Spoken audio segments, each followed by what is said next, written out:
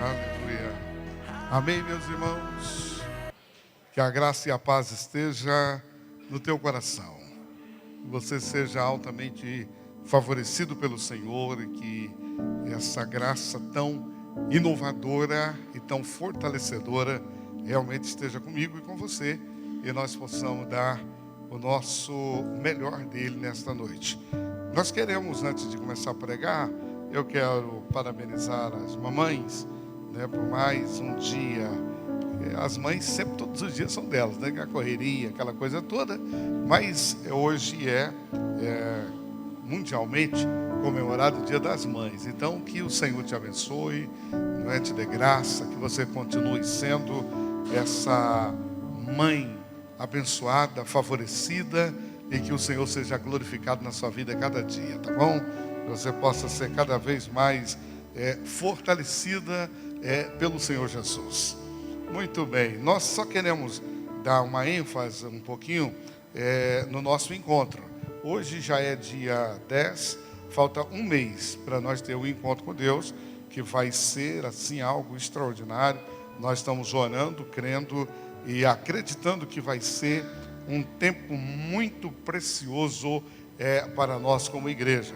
Então já queremos que você, eu sei de várias células que estão enganjadas, que os irmãos estão indo para cima e tal, e eu acredito que vai ser maravilhoso, vai ser uma bênção e nós vamos conseguir ter o êxito que nós queremos no nosso encontro com Deus.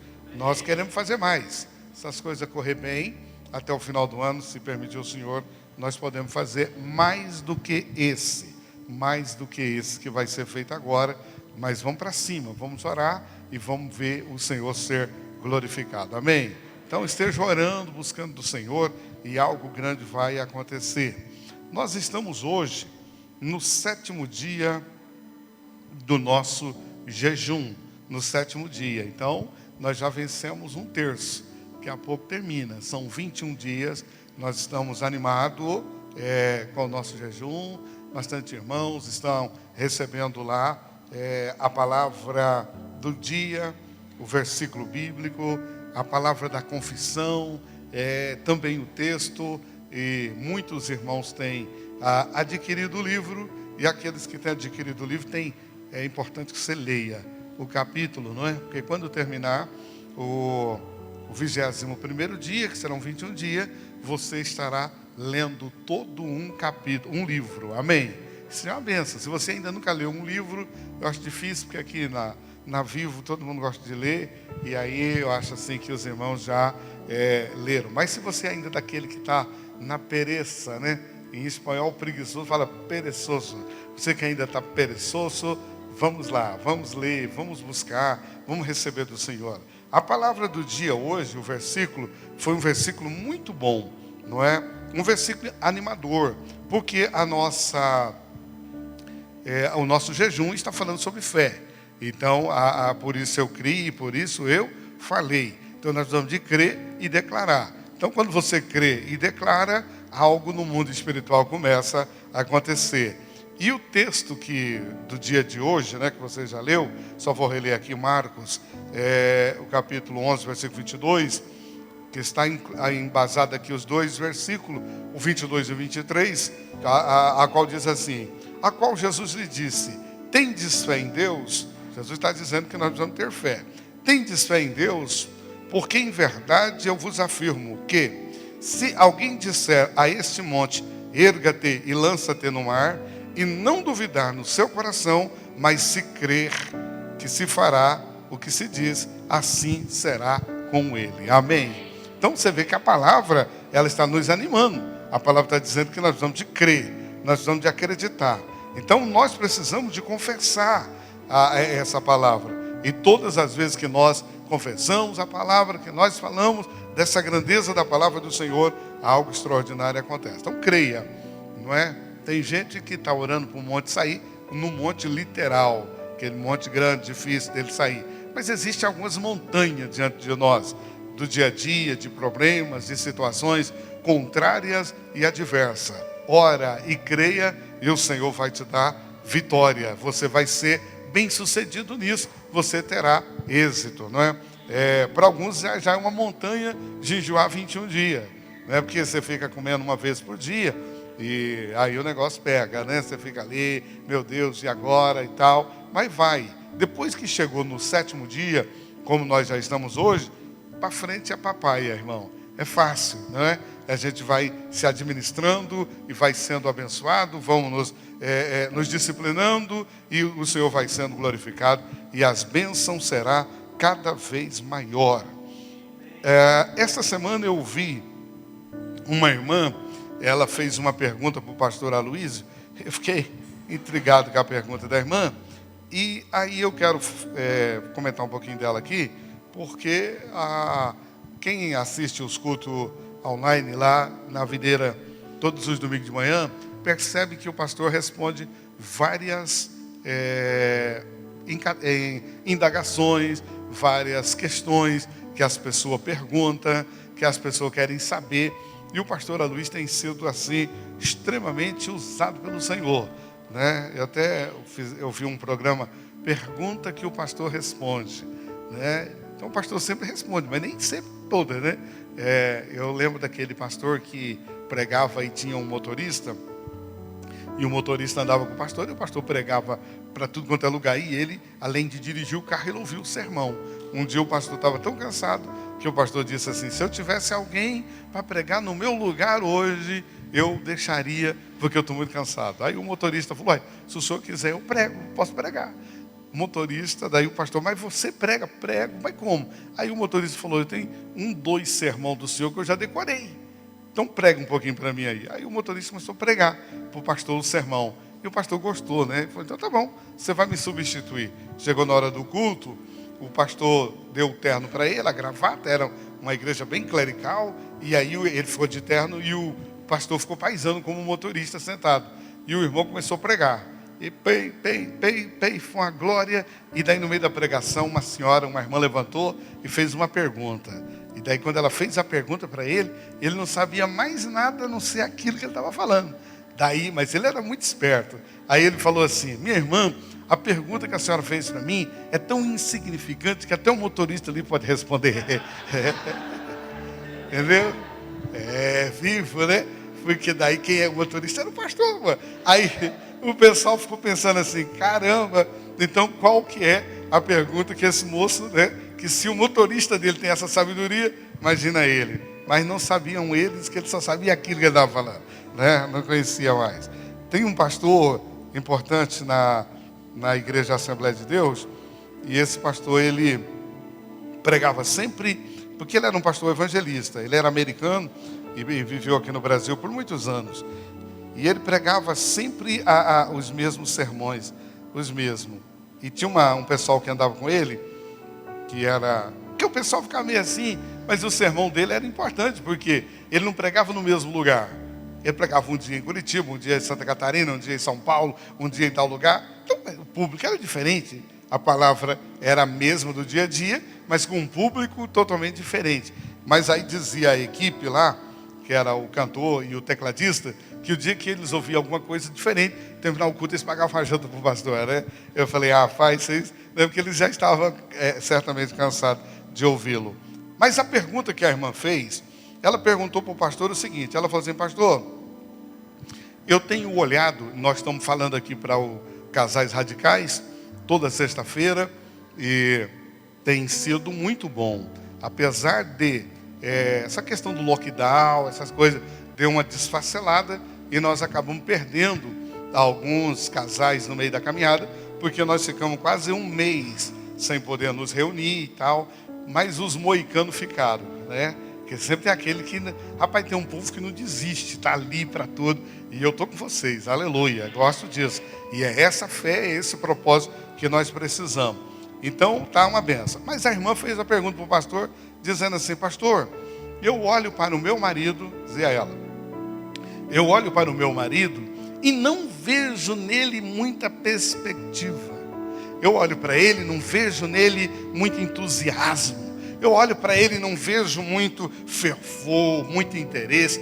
Em outras palavras, ela dizia: pastor, quando eu olho para ele, vejo numa inércia danada, num marasmo, num sedentarismo, um negócio tremendo, e eu precisava que o senhor me falasse alguma coisa. E o pastor deu na canela dela, né? Aleluia. Aí, o que acontece? O pastor falou para ela o seguinte, eu vou ler o versículo para depois dizer para os irmãos o que o pastor falou. Aí, o pastor leu o texto, que eu achei brilhante, esse texto de Mateus 6, e o versículo 22. Capítulo 6 de Mateus, se você quiser projetar, Mateus 6 e o versículo 22, que diz assim a palavra: são os olhos a lâmpada do corpo. Então o Senhor está dizendo que os olhos é a lâmpada do corpo. Então ele está dizendo, são os olhos a lâmpada do corpo. Se os teus olhos fores bons, todo o teu corpo será iluminado ou luminoso. Se os teus olhos forem bons, precisa ter um olhar bom. Versículo 23. Se porém os teus olhos forem maus, todo o teu corpo estará em treva. Portanto, caso a luz que há em ti seja treva, grandes trevas serão. Aí, o que acontece? Ele falou que, para a irmã respondendo, dizendo: irmã, fique em paz. Por quê? Se você está vendo o seu marido nessa inércia toda, mas pode ter alguém que não está vendo. Se você está vendo o seu marido que ele é um paradão, que não faz nada, pode alguém estar de olho nele e está vendo coisa que você não está vendo. Então, resumindo, a resposta dele foi o seguinte: a nossa visão, tudo acontece da forma que você vê. Porque muitas das vezes nós olhamos e olhamos com os olhos ruins. Olhamos com os olhos que traz treva, que traz escuridão, que escurece, que não traz a luz verdadeira. Então você precisa sempre de ter uma boa visão. Porque muitas das vezes nós olhamos para algo e achamos que aquilo ali não vale. Mas o problema muitas das vezes não está no alvo. O problema muitas das vezes está em nós. A maneira de ver, a maneira de pensar, a maneira de imaginar. E aí Jesus está dizendo que os nossos olhos são a lâmpada do corpo. Ela precisa de estar, então você precisa de ter uma visão clara. Quando você olha para alguém, a Bíblia diz: para os bons tudo é bom, para os ruins tudo é ruim. Para o justo, tudo é justo, mas para aquele que é puro, tudo é puro, mas para aquele que é impuro, tudo é impuro. Se os teus olhos estiver escurecido, você só vai ver impureza. Mas se os seus olhos estiver claro, com a luz do dia da palavra, você vai ver e vai ver mudança. Amém? Então, de maneira que se você olhar para alguém e achar que ele não está tão importante, dê uma regulada no seu olhar. Dê uma mexida na maneira de você ver, porque a forma de nós ver é muito precioso. Nós precisamos de ter uns olhos limpos, e Jesus diz que se faltar nós precisamos de colocar colírio, e Ele tem o colírio para colocar nos nossos olhos, para que nós possamos ter uma visão clara e nítida daquilo que nós queremos ver. Amém? Vamos pregar. Quem é você? Tem um livro antigo, muito antigo, que eu já li ele várias vezes, e esse livro diz assim: quem é você quando ninguém está te olhando? Quem é você quando ninguém está te olhando? Mas eu vou falar sobre quem é você. Muitas das vezes nós precisamos de ter uma visão de nós mesmos, e saber quem nós somos, e saber que posição nós temos no corpo de Cristo, e saber qual é aquilo que o Senhor tem para nós. Porque muitas das vezes nós somos amados pelo Senhor, somos justificados pelo Senhor, somos abençoados pelo Senhor, mas aí ficamos naquele sentimento de que não somos nada, de que não temos a grandeza do Senhor, mas nós somos gente importante para Deus. Jesus, quando morreu na cruz do Calvário, Ele morreu por mim e por você, para dar para nós vida e vida com abundância. Tem um texto lá em Cantares de Salomão, vê se vocês conseguem localizar para mim. Hoje eu fiquei sem o meu microfone aqui, mas domingo que vem nós vamos, né? Nós vamos fazer ele ficar bom. Mas vamos lá, achar esse texto, capítulo de número 2. Então vamos achar aqui, lá no livro do Cântico dos Cânticos, capítulo 2, e o versículo de número 16. Vamos ver o que diz lá a palavra do Senhor, para nós entender quem é você, o que nós somos no Senhor. Então o texto diz assim: o meu amado é meu e eu sou dele. Quem é você? Eu sou amado do Senhor e o Senhor me ama. O amor que está no meu coração e no seu coração, a Bíblia diz que não fomos nós que amamos, mas foi Ele que nos amou primeiro. Quando nós entendemos que fomos amados primeiro, então há amor derramado no nosso coração. O meu amado é meu e eu sou dele, né? Ele apacenta o seu rebanho entre os lírios. Então ele está dizendo que essa era uma fala de Salomão para a Sunamita, porque era um amor incomparável desses dois cidadãos. Salomão, que tinha 300 princesas e 700 concubinas, mas ele era amarradíssimo na Sunamita. Ele amava profundamente. Tanto é que o amor de Salomão para com a Sunamita é comparado com a igreja de Cristo. Então aqui está falando do amor de Cristo. Ele é meu amado e eu sou dele. Ou seja, ele me ama e eu amo. Agora, nós amamos porque fomos amados primeiro. Então esse amor que foi derramado por mim, por você, é que nos inunda. E aí nós começamos a entender quem somos nós no Senhor. Nós somos gente importantíssima em Deus. Vamos para mais um texto. Efésios capítulo 1, versículo 3. Efésios 1 e 3, que é um texto conhecidíssimo, já lido muitas vezes aqui na igreja pelos irmãos, e eu acredito que os irmãos devem continuar lendo. Mas Paulo diz assim: bendito Deus e Pai de nosso Senhor Jesus Cristo, que nos tem abençoado com toda sorte de bênção espirituais nas regiões celestiais em Cristo. Quem está em Cristo aqui, diga amém. Amém. Nós estamos nele, nós somos uma nova criatura. As coisas velhas se passaram e agora tudo se fez novo. Então o texto está dizendo que toda sorte de bênção, todas as bênçãos foi derramada, todas as bênçãos foi feita para mim e para você. E agora nós estamos realmente nos alegrando no Senhor. Vamos para mais um texto. 1 de João, capítulo 4 e o versículo 19. 1 de João, capítulo 4 e o versículo 19, que diz assim a palavra de Deus: nós amamos porque Ele nos amou primeiro. Vamos lá? Nós amamos porque Ele nos amou primeiro. Ele nos amou primeiro. As pessoas ficam numa dificuldade enorme, dizendo: eu preciso de amar mais Deus, eu tenho que amar Ele, eu preciso de amar Ele, eu tenho que amar Ele. E aquela coisa, irmão, você só ama porque Ele nos amou primeiro. A Bíblia diz que não fomos nós que o escolhemos, mas foi Ele que nos escolheu. Aleluia. Não fomos nós que o achamos. As pessoas falam assim: você quer aceitar? Irmão, nós precisamos de ser aceitos por Cristo. Mas Ele nos aceitou. Ele nos amou primeiro. E aí nós agora estamos vivendo uma vida diferenciada no Senhor, porque nós sabemos quem nós somos. Vamos para mais um texto. 2 Coríntios capítulo 5 e o versículo 22. Paulo escreve em Coríntios 5 e 22, que diz aí assim a palavra do Senhor. Segunda carta de São Paulo aos Coríntios, capítulo 5 e o versículo 21. Vamos lá para o 21, palavra do Senhor, que é viva, poderosa, extraordinária, que traz vida ao nosso coração e alegra as nossas vidas de uma forma grandiosa e de uma forma poderosa. O versículo, vamos lá, será que eu coloquei? 2 Coríntios, acharam? Amém?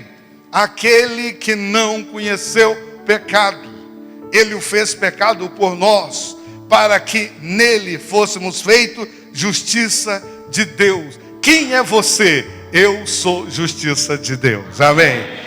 Essa identidade, nós precisamos de ter ela. Nós precisamos de compreender ela. Quem é você? Eu sou amado, Ele amou primeiro. Quem é você? Eu sou justiça de Deus. Ele nos fez justo. A justiça do Senhor nos fez justo. Nós não éramos justos por nós mesmos, mas somos justos por causa de Cristo, através da morte de Cristo. Quando Ele morreu na cruz do Calvário, Ele trouxe para mim e para você a justificação. E nós estamos felizes aqui nessa noite, porque somos justificados no Senhor.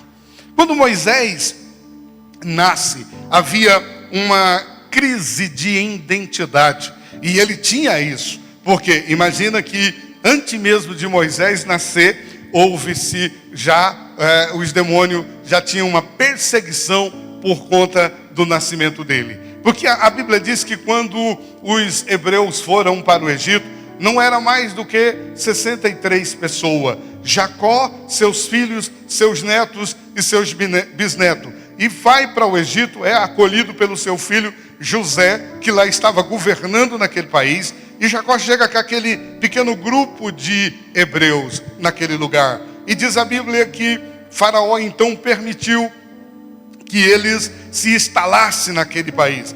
Era uma época dura, onde o mundo inteiro estava vivendo uma crise de fome, não tinha comida, um negócio tremendo. E José era o homem que tinha a mão farta, o celeiro farto no Egito, e acolhe o seu velho pai Jacó e os seus outros irmãos e as suas cunhadas, enfim, sua família. 60 e poucas pessoas, não era mais do que 63. No decorrer dos anos, essas famílias se multiplicaram e cresceram de tal forma que quando eles saíram do Egito, eram aproximadamente, a Bíblia diz, 600.000 homens, sem contar as mulheres e as crianças. Então era muitíssima gente que se aumentou naquele lugar. Quando o povo hebreu começou a crescer de tal forma, até descontrolada, os egípcios ficaram com medo, porque alguém ficaram fomentando na cabeça de Faraó, dizendo: olha, se você não frear,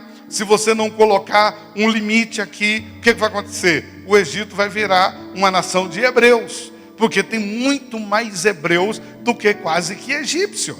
E os hebreus que lá nasciam, apesar de viver uma vida de escravo, escravatura, sofrendo, se alimentando mal, uma vida dura, mas a Bíblia disse que eles cresceram, de forma que Deus estava fazendo com que eles avançassem. E havia uma promessa. Quando então disseram para Faraó que Faraó deveria tomar uma posição, e a primeira coisa que veio à mente de Faraó foi estancar o nascimento dos filhos. Todas as hebreias que dava luz, se nascesse mulher vivia, se nascesse homem matava. Menino, homem não podia nascer naquele lugar. E quando acontece esse decreto, e eles então estão trabalhando para tal coisa fazer, está grávida uma hebreia, e no ventre dela tinha um garoto por nome de Moisés. E Deus tinha um propósito com aquele rapazinho. Então quando nasce o Moisés, e ela, a sua mãe muito sábia, muito safra, e ela consegue de uma forma, com a ajuda das parteiras, conseguir guardar, proteger a vida daquele bebê. Coloca o bebê num cesto de junco, coloca lá no rio Nilo, e esse bebê acaba indo no lugar onde a princesa do Egito estava banhando, e ela agora está toda feliz, porque encontra um pequeno bebê, e acreditava ela que era o rio que estava dando aquele filho para ela. E ela então pega aquele menino e leva para sua casa e tem como adoção. E aquela mãe hebreia, ela acabou alimentando aquele menino. E Moisés cresce então naquela estrutura, naquele palácio, e agora Moisés se torna já um adolescente, daqui a pouco um jovem, e daqui a pouco um homem adulto. Mas Moisés tinha muitas crises dentro dele. Ele não sabia muito bem quem ele era, ou qual era a sua posição. Porque num determinado momento, que Moisés, preparadíssimo, falava vários idiomas, formado na melhor ciência nas universidades do Egito, e ele tinha uma capacidade de entrar e sair em qualquer lugar, mas tinha uma crise dentro dele, porque dentro dele ele não estava muito bem definido. Eu não sou egípcio, eu sou hebreu, mas ao mesmo tempo que, como ele toma conhecimento que é hebreu, entre os hebreus não encontra um lugar. Porque imagina, o cara criou dentro de um palácio, dentro de uma estrutura toda moldada, e agora viver em barraco, em casas muito mal feitas, onde moravam os seus compatriotas, e ele agora naquela situação tremenda, e Moisés não tinha muito entendimento quem que ele era, de tal maneira que ele não conseguia ficar nem entre os egípcios, e não conseguia também ficar entre os hebreus. de tal forma que diz a Bíblia que um dia ele acabou, naquele desespero todo, tirando a vida de um egípcio. E quando ele tirou a vida do egípcio, todo mundo tomaram conhecimento, alguns dos guardas, e quando viram que isso aconteceu, foram e delataram ele para Faraó. E agora Moisés está sem saber quem ele é. Não pode ficar no Egito porque o Faraó queria prender. Não podia ficar entre os hebreus porque os caras não aceitavam ele. Achava que ele estava ali como uma almofadinha, que ele não tinha muito importância nenhuma de ficar entre eles. E era uma crise tremenda dentro dele. Quero dizer para os irmãos nessa noite que Moisés não sabia o que fazer, mas Deus estava de olho nele, porque Deus sabia quem ele era. Aleluia! E nós precisamos de ter essa revelação, esse entendimento, de compreender quem nós somos no Senhor. Quem sou eu no Senhor? Quem é você no Senhor? O inferno todo pode se levantar, mas nós vamos continuar em pé, porque eu sei em quem eu tenho crido, e Ele é galardoador, Ele é poderoso para nos dar aquilo que nós precisamos, porque nós sabemos em quem nós cremos. E a Bíblia diz que Moisés então acaba fugindo do Egito e vai para o deserto. E agora está ele do outro lado no deserto, entre os medianitas. Pior era, porque agora nem judeu, nem egípcio e nem medianita. Está ele no meio dos medianitas agora. Família de Jetro recebe ele lá, e ele está numa situação difícil. Não pode voltar para o Egito, porque quando uma pessoa te acusa de algo que você não fez, você dá glória a Deus, porque aquilo que estão falando de você não é verdadeiro. Mas quando uma pessoa fala de algo que você realmente é, aí não tem o que fazer, só o Senhor é que pode ter misericórdia. E Moisés diziam, ele é assassino, e não podiam dizer que não era verdade, porque Moisés realmente era assassino. Ele tinha acabado de matar um homem. Agora está ele longe do Egito, está longe dos hebreus e no meio dos medianitas. E Moisés agora, sem saber quem ele é, realmente, ele disse, eu vou abandonar tudo e vou ficar agora apacentando essas ovelhas e vou esquecer de tudo. Irmão, quando nós não sabemos realmente quem nós somos, nós queremos jogar a toalha. Quando nós não sabemos bem quem nós somos, nós acabamos vivendo de circunstância, de situações. Um dia nós chegamos no culto e ficamos alegres, damos glória a Deus, é uma maravilha. Na segunda-feira, alguma coisa dá errada, a sua adrenalina acaba. E você começa até a duvidar, dizendo, será que ontem eu recebi isso mesmo? Será como é que não é? Quero te dizer, irmão, nas lutas, nas bênçãos ou nas adversidades, o Senhor está com você para te dar vitória.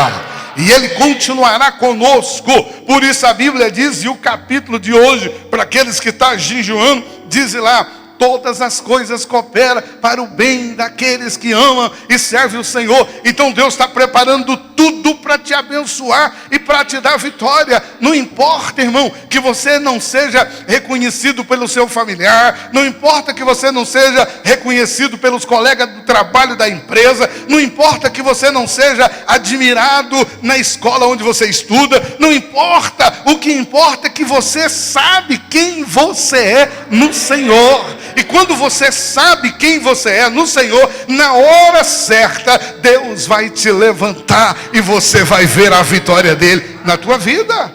Então eu estou aqui nessa noite crendo que os irmãos que estão aqui sabem disso, mas Moisés não sabia. Ele estava indeciso e agora sai do Egito, foge dos hebreus e está entre os medianitas. E é melhor cuidar de ovelha, vou abandonar, vou largar tudo. Ele era um improvável. Mas muitas das vezes nós também achamos que nós somos improváveis, achamos que não temos capacidade, achamos que não tem condições de liderar, achamos que não tem condições de ministrar, achamos que não temos condições de fazer uma consolidação, achamos que não temos condições de convidar alguém. Nós sempre achamos, de vez em quando nós somos bola murcha, de vez em quando achamos que nós não estamos com nada, mas o Deus dos improváveis está conosco aqui nesta noite. Se você se julga ou se acha improvável, você pode dar glória a Deus, porque Deus já te achou aqui nesse lugar. Ele já te achou, Ele está olhando para você. Ele vai movimentar a sua vida. Porque Deus não ganha vitória com nobres, mas Deus ganha vitória com aqueles que abrem o coração e diz: Senhor, eu sou improvável, mas se o Senhor quiser fazer alguma coisa, eu estou aqui para ser usado, e Deus vai te usar. Deus não conta com os fortes, Deus conta com aqueles que se acham nada. Paulo disse: quando eu penso que eu estou forte, então eu estou fraco, mas quando eu penso que eu estou fraco, então eu estou forte. E Deus disse para ele: Paulo, a minha graça te basta. E essa graça está conosco aqui nesta noite. Aleluia. Moisés, então, agora, sem saber realmente quem ele era, Deus resolve chamar ele lá no deserto, quando está cuidando das ovelhas, e ele tem uma visão extraordinária. Quero te dizer, irmão, que você já teve essa visão extraordinária. Pastor, eu não estou lembrado dessa visão. Quero te lembrar nessa noite, o dia que você abriu o seu coração e entregou a sua vida para Cristo, essa visão veio dentro do seu coração. Essa visão veio dentro de você para trazer para você verdades absolutas e tremendas. E Moisés agora tem, então, uma visão grande e extraordinária, ao ponto dele achar que não tinha condições. Mas Deus disse: Moisés, eu te conheço, eu sei quem você é, eu sei da sua origem, eu conheço o seu DNA, eu sei que você está todo medroso, mas eu vou te usar. Você vai ser um canal de bênção nas minhas mãos. Irmãos, nós sabemos quem nós somos, não importa onde nós estamos, não importa a posição que nós estamos. Eu só sei de uma coisa: Deus vai nos usar para fazer coisas grandes e extraordinárias. Deus vai nos usar para tomar famílias inteiras para Ele. Deus vai nos usar para entrar em vilas e evangelizar. Deus vai nos usar para convidar pessoas para levar para o encontro. Deus vai nos usar para orar e as pessoas se libertam de demônio. Deus vai nos usar para nós orar e as pessoas serem curadas. Deus vai nos usar para nós fazermos um prodígio no mundo e algo sobrenatural vai acontecer. Aleluia. Então você precisa de entender quem você é nesse momento. E eu sei disso porque Jesus nos fez e nós nos sentimos amados. Mas tem irmão que acha que ele não é amado ainda. Pastor, eu não estou sentindo, eu não sinto que eu sou amado. Eu estou aqui para dizer para você: você não precisa sentir, você só precisa de crer. Aleluia. Eu creio que eu sou amado, eu creio que Jesus fez, eu creio que Ele se manifestou por mim e por minha família, e a nossa casa vai ser salva. Ontem eu coloquei uma foto da minha mãe lá no meu Instagram, e depois eu vi a pastora, ela fez um comentário dizendo assim: minha sogra querida e amada, eu vejo a hora da senhora aceitar Jesus como Salvador. Aí eu pensei comigo, falei: eu tenho que aumentar minha oração, intensidade de oração. Então todo dia que eu estou orando, estou dizendo: Jesus, salva ela, salva, salva, salva aquela negra abençoada, salva, salva, salva, e vai salvar, porque nós sabemos que Ele pode fazer, o poder é dEle, a glória é dEle. O Evangelho já chegou lá em Campo Mourão, na casa onde eles estão, já pegou minhas sobrinhas, já pegou meus sobrinhos, já pegou minha irmã aqui em São José dos Pinhais. O Evangelho está se alastrando, está entrando nos corações e vai chegar no coração dela. Não importa se já faz 78 anos que ela está fazendo outra coisa. Esse Deus que eu sirvo é poderoso para mudar, é poderoso para mudar. Nós só precisamos de crer e de entender e saber quem nós somos no Senhor. Então Moisés entende isso, e quando ele começa a entender isso, a sua perspectiva ou a sua vida se torna diferente e mudada. Mas nós precisamos de saber quem somos nós. Quem é você? Eu me lembro que a Bíblia diz em Mateus 8:23, quando Jesus estava dentro de um barco e dormia dentro daquele barco, e os discípulos junto com ele, e de repente passam por um processo de uma tempestade tão forte, tão tremenda, tão assustadora, ao ponto dos discípulos despertar ele, e disseram para ele: mestre, desperta, acorda, porque nós perecemos aqui nesse lugar. E ele acorda no meio da tempestade, e quando ele acorda, ele fala com o vento: para, vento. E o vento para, e ele olha para o mar e diz para o mar: aquieta-te. E a Bíblia diz que na mesma hora o vento parou e o mar aquietou, e houve uma grande bonança. E eles diziam: quem é este que até o vento e o mar lhe obedece? Quem é este que até o vento e o mar lhe obedece? eu tenho uma notícia boa. Ele está aqui conosco nesta noite. Se o mar e o vento lhe obedecem, Ele está aqui para dar. Mas nós não podemos ficar naquele sentimento de que nós não somos nada. A Bíblia diz, vamos ler esse texto, Juízes, capítulo 6, versículo 11. Juízes, capítulo 6, e o versículo de número 11, que diz assim a palavra do Senhor. Então veio o anjo do Senhor e assentou-se debaixo do carvalho que estava em Ofra, que pertencia a Joás, o bezerrita. E Gideão, seu filho, estava malhando trigo no lagar para pôr salvo dos medianitas. Ou seja, Gideão está num lugar que era para pisar uva, malhando trigo para livrar dos medianitas que queriam comer o trigo deles. E eles estavam vivendo numa época dura, numa época difícil, numa época bárbara. E os adversários vinham. Imagina que quando eles faziam a colheita, colhiam o trigo, colhia a cevada, o gado estava gordo, tudo estava preparado, o inimigo vinha e levava tudo embora. Só para você ter uma ideia, imagina você trabalhar um mês inteiro e quando chegar no final do mês, alguém ir lá e levar o seu salário embora. Você não tem dinheiro para pagar o aluguel, você não tem dinheiro para pagar a luz, não tem dinheiro para pagar a internet, não tem dinheiro para pagar nada, nem o transporte. Pensa no sentimento que seria negativo e pessimista dentro de cada um de nós. Era a situação que eles estavam vivendo. Quando tudo estava preparado para eles então colher e se alimentar, o adversário vinha e levava embora. E a Bíblia diz que Gideão então vai lá no lagar e malha o trigo, prepara o trigo para a provisão da sua família. E ele recebe a presença, porque a Bíblia diz que o anjo do Senhor foi lá. E quando a Bíblia diz que o anjo do Senhor foi lá, está falando da pessoa de Cristo, uma teofania. Cristo vai no lagar e fala para ele, Gideão, varão valoroso, o Senhor é contigo. Sabe qual era o sentimento de Gideão? O de Moisés. Quem sou eu? O senhor está equivocado comigo. O senhor tem certeza que é eu que sou a bola da vez aqui? E hoje diz, é você. Varão valoroso é você. Você que vai livrar Israel da mão do adversário. Mas o sentimento de não entender ainda a sua identidade é tão ruim que ele diz assim, olha aí, espera aí. O milheiro do meu pai é o menor aqui em Israel. E para que você tenha conhecimento, eu sou o mais pequenininho da casa do meu pai. Se eu tenho irmãos e irmãs, todos eles é maior do que eu não sou nada lá dentro do contexto. Porque ele dizia, quem sou eu para tal coisa? Irmão, é nessa hora que o milagre e o sobrenatural acontece.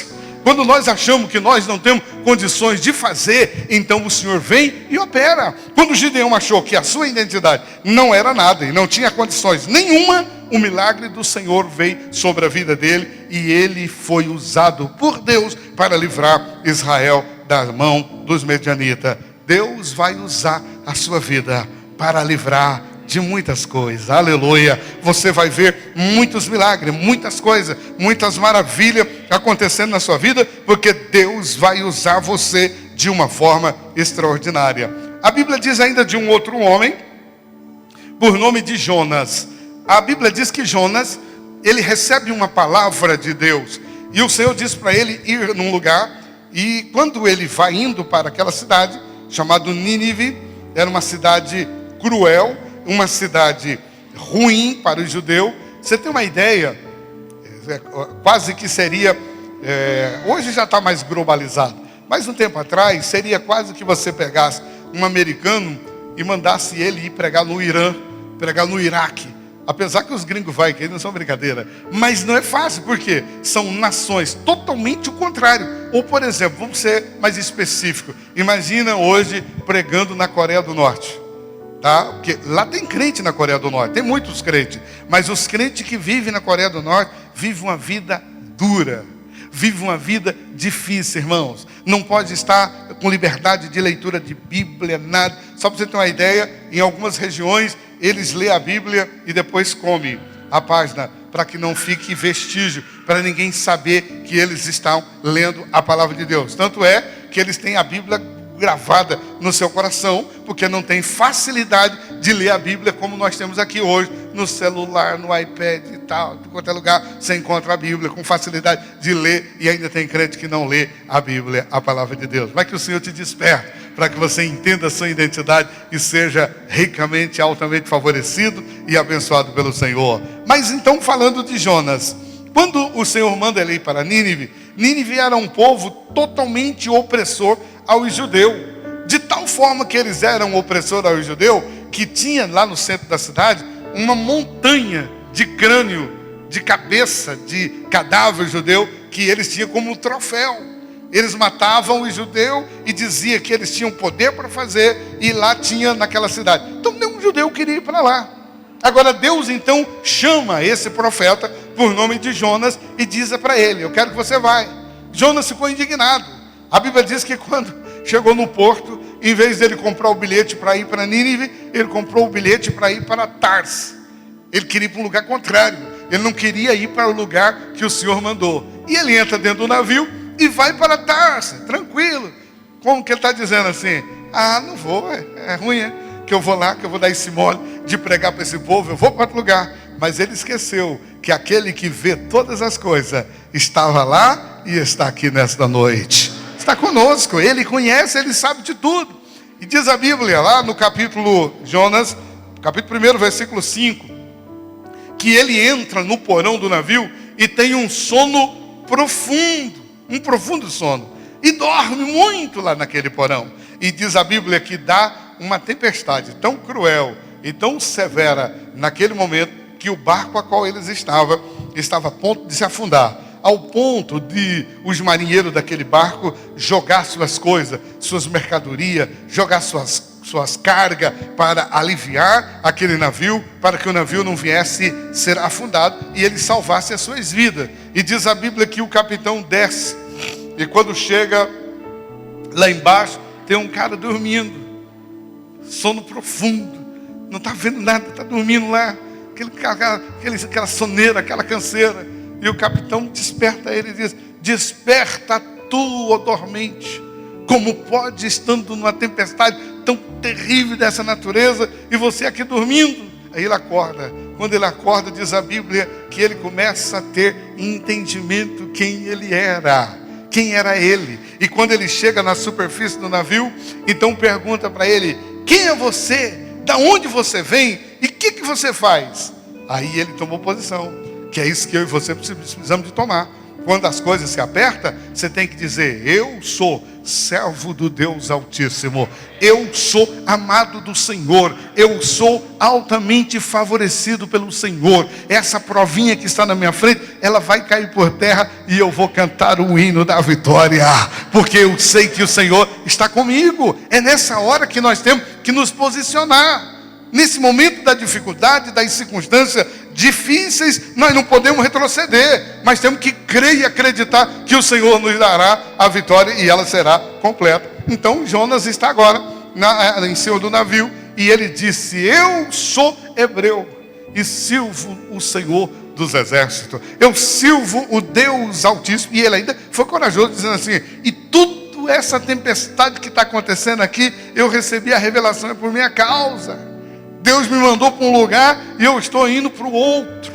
Sabe o que acontece nas nossas vidas? Que de vez em quando vem tempestade, de vez em quando vem umas trovoadas, de vez em quando vem umas provas na nossa vida, porque muitas das vezes Deus está querendo que você faça uma coisa e você está querendo fazer outra. Você está querendo correr da responsabilidade, você está querendo fugir daquilo que Deus quer, você está querendo abandonar aquilo que Deus determinou. Eu quero dizer para você nessa noite: fica no prumo, fica no plano do Senhor. Aí você pode dizer: pastor, o senhor não tem ideia fazer a obra de Deus? Quantas dificuldades, quantas situações vêm, quantos falatórios, quantas coisas acontecem. O senhor não tem ideia? Eu tenho ideia sim. Eu só quero dizer para você que tudo isso é para que o nome do Senhor seja muito mais glorificado na tua vida e você seja muito mais fortalecido. Então Jonas disse para eles: olha, eu sou a causa dessa tempestade.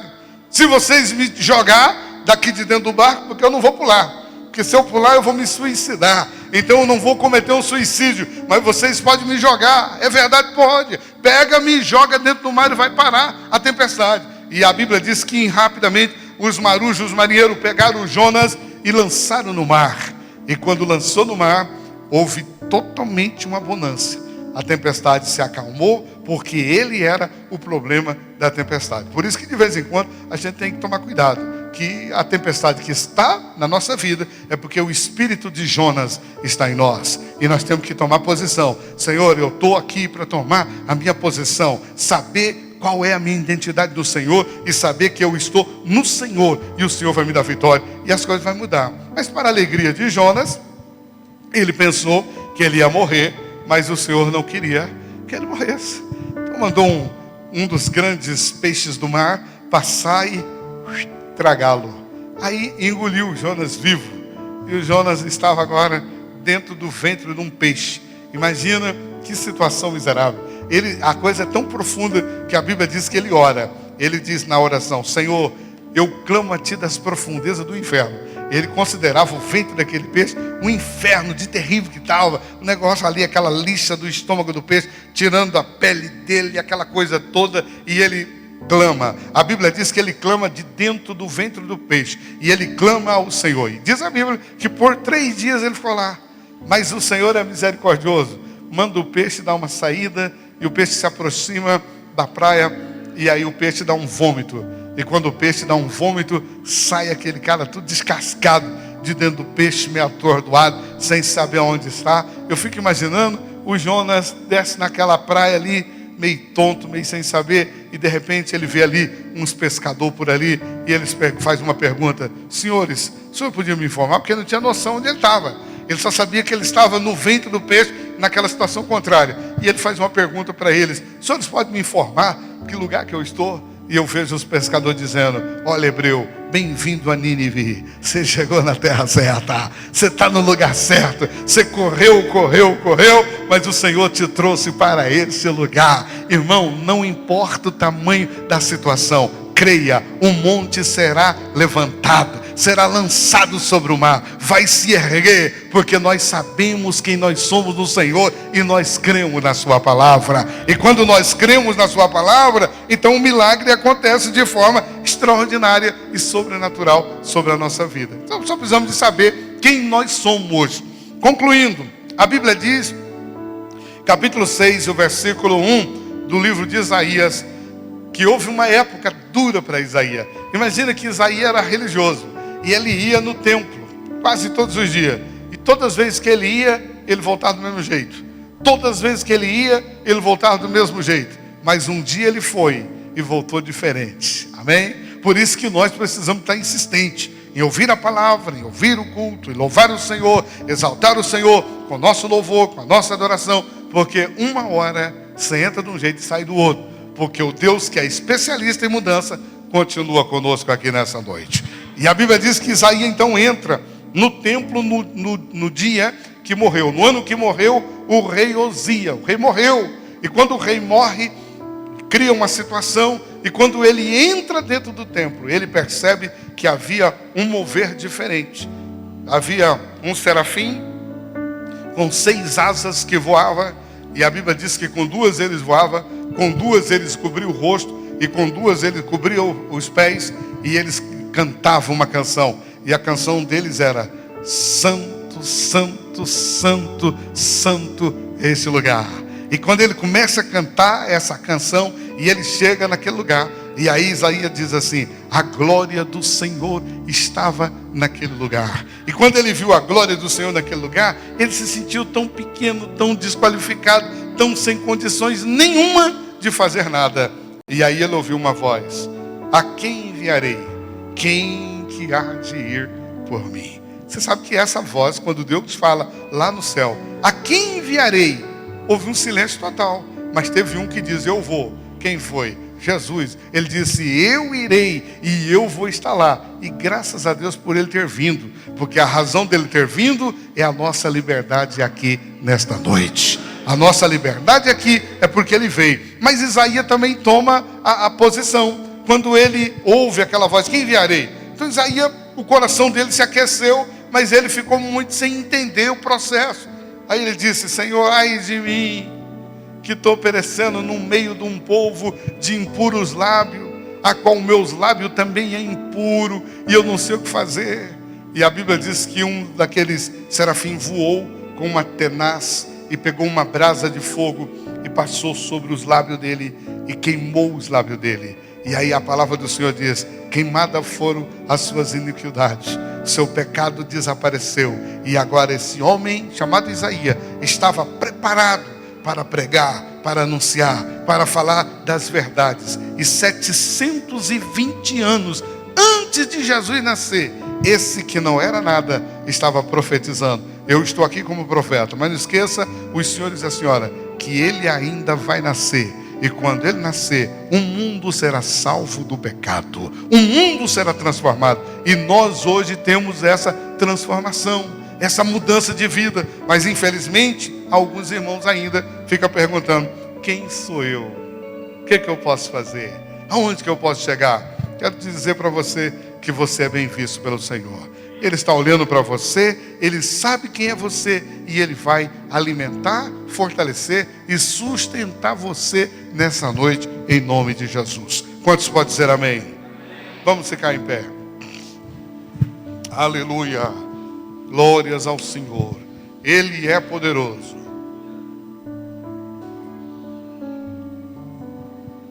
Acreditamos no favor dEle. Acreditamos no manifestar dEle. Acreditamos no derramar dEle, da sua glória, das suas bênçãos, das suas dádivas. E Ele tem tudo aquilo que realmente nós precisamos receber da sua parte. E esta é uma noite maravilhosa, extraordinária. Sabemos a nossa origem. Então nós sabemos que somos amados. Nós sabemos que somos abençoados com toda a sorte de bênção em Cristo Jesus. Então eu sei e você sabe que o favor de Deus está na nossa vida. Somos guardados, protegidos por Ele e abençoados por Ele. Tomamos posse daquilo que Ele tem. Não saia daqui sem saber que você é amado. Não saia daqui sem saber que você é favorecido. Coisas acontecerão na sua vida e você vai dizer: eu não estou entendendo nada. Você não precisa entender. Isso é favor imerecido. Aleluia. Porque foi Ele que fez. Eu estou tão abençoado, eu estou tão favorecido. Eu tenho recebido tantas bênçãos, eu tenho recebido tantos favores, eu tenho visto tantos milagres na minha vida. Eu não sou merecedor, nós não somos, mas foi por causa dele, a obra dele, a obra que foi consumada na cruz do Calvário, a obra que foi estabelecida por mim e por você, e por isso nós estamos nele.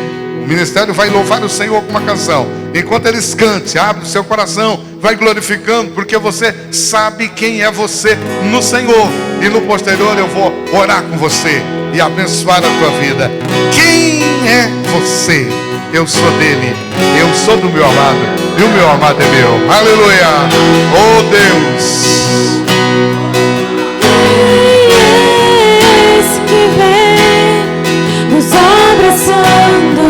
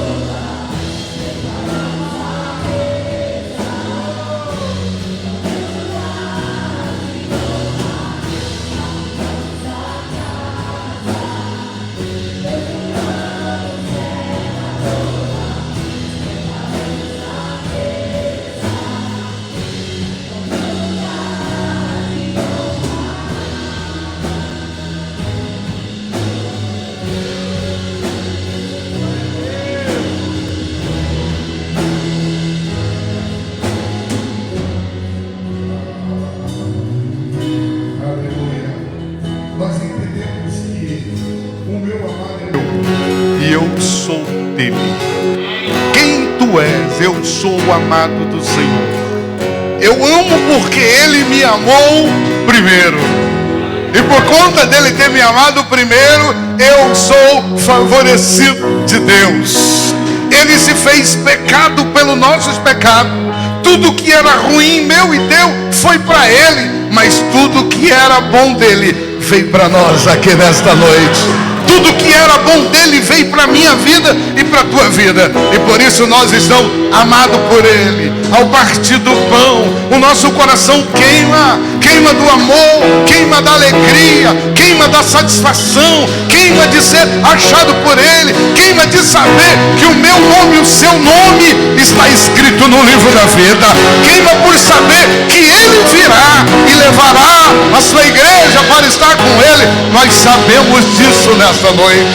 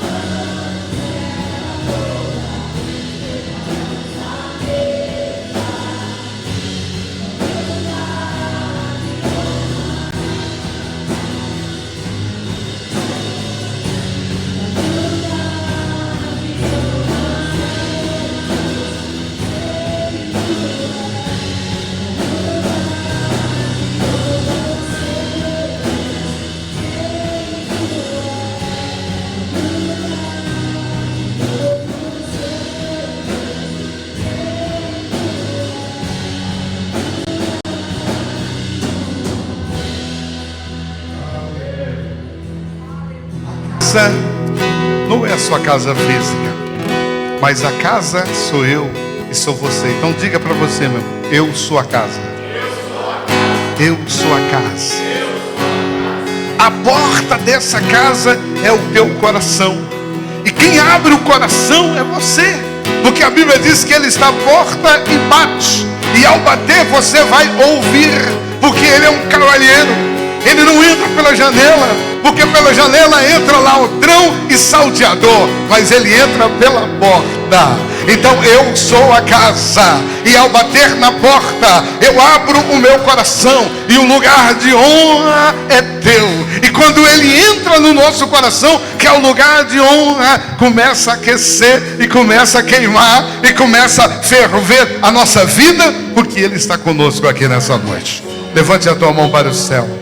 Amado da minha alma, querido Salvador, aquele que morreu e ressurgiu no terceiro dia, que está conosco aqui nesta noite, nos trouxe para ouvir a tua palavra. E a tua palavra, ela não volta vazia, porque nós entendemos qual é a nossa identidade no Senhor. Nós sabemos quem nós somos em Ti. Nós sabemos ao quanto somos favorecidos do Senhor. E por isso, Deus, nessa noite, com os corações abertos e a vida totalmente aberta para o Senhor, queremos mais e mais que essa dádiva tão gloriosa e tão extraordinária seja derramada abundantemente sobre a minha vida e sobre a vida dos meus irmãos que nessa noite aqui está. Cada um de nós em particular temos uma necessidade específica, mas nós cremos na tua palavra. Nós não andamos por vista e não andamos por sentimento, mas nós andamos na crença, na fé, basada no Senhor, voltada para o Senhor, e é no Senhor que nós esperamos a vitória. Por isso cremos no teu amor e na tua bondade. Declaro a vitória sobre a tua vida, em nome de Jesus. Se você crê, você diga amém. Receba no teu coração. Nesses dias que nós estamos com o nosso jejum, nós vamos fazer, porque tudo que é bom sempre tem que copiar, né? Então nós vamos fazer umas 3 ou 4 lives falando sobre o nosso jejum, e eu vou convidar uns pastores aí para falar, e nós vamos estar falando. Então nós vamos colocar, vamos fazer um banner. Eu vou convidar, o primeiro que eu vou convidar vai ser o pastor Jairo. Nós vamos falar sobre fé, e nós vamos depois, quero que você acompanhe nós, vamos fazer num horário que você possa acompanhar, e depois nós vamos ver uma forma de você também receber isso. Mas de maneira que nós queremos que você não desista. Amém? Você não foi chamado para retroceder. Você não foi chamado para voltar para trás. Você sabe quem você é no Senhor. Você sabe. E como você sabe quem você é, muito mais será a vitória de Deus na tua vida. Desejo eu que ao iniciar dessa semana, nessa segunda-feira, seja altamente abençoado, favorecido, engrandecido, que o Senhor derrame toda sorte de bênção sobre a sua vida e saia daqui como um gigante espiritual. Você sabe que essa tempestade que levantou vai passar. Você sabe que essas contrariedades que se surgiram desaparecerão, porque você sabe que você é do Senhor. Eu sou do meu amado, e o meu amado é meu. Então saia daqui dizendo: eu sou justiça de Cristo, eu sou abençoado por Ele, e o Senhor te dará vitória. Que o grande amor de Deus, a graça de Jesus Cristo, nosso Senhor, e as doce consolação do Espírito Santo reina nos nossos corações, hoje e sempre, junto de todos.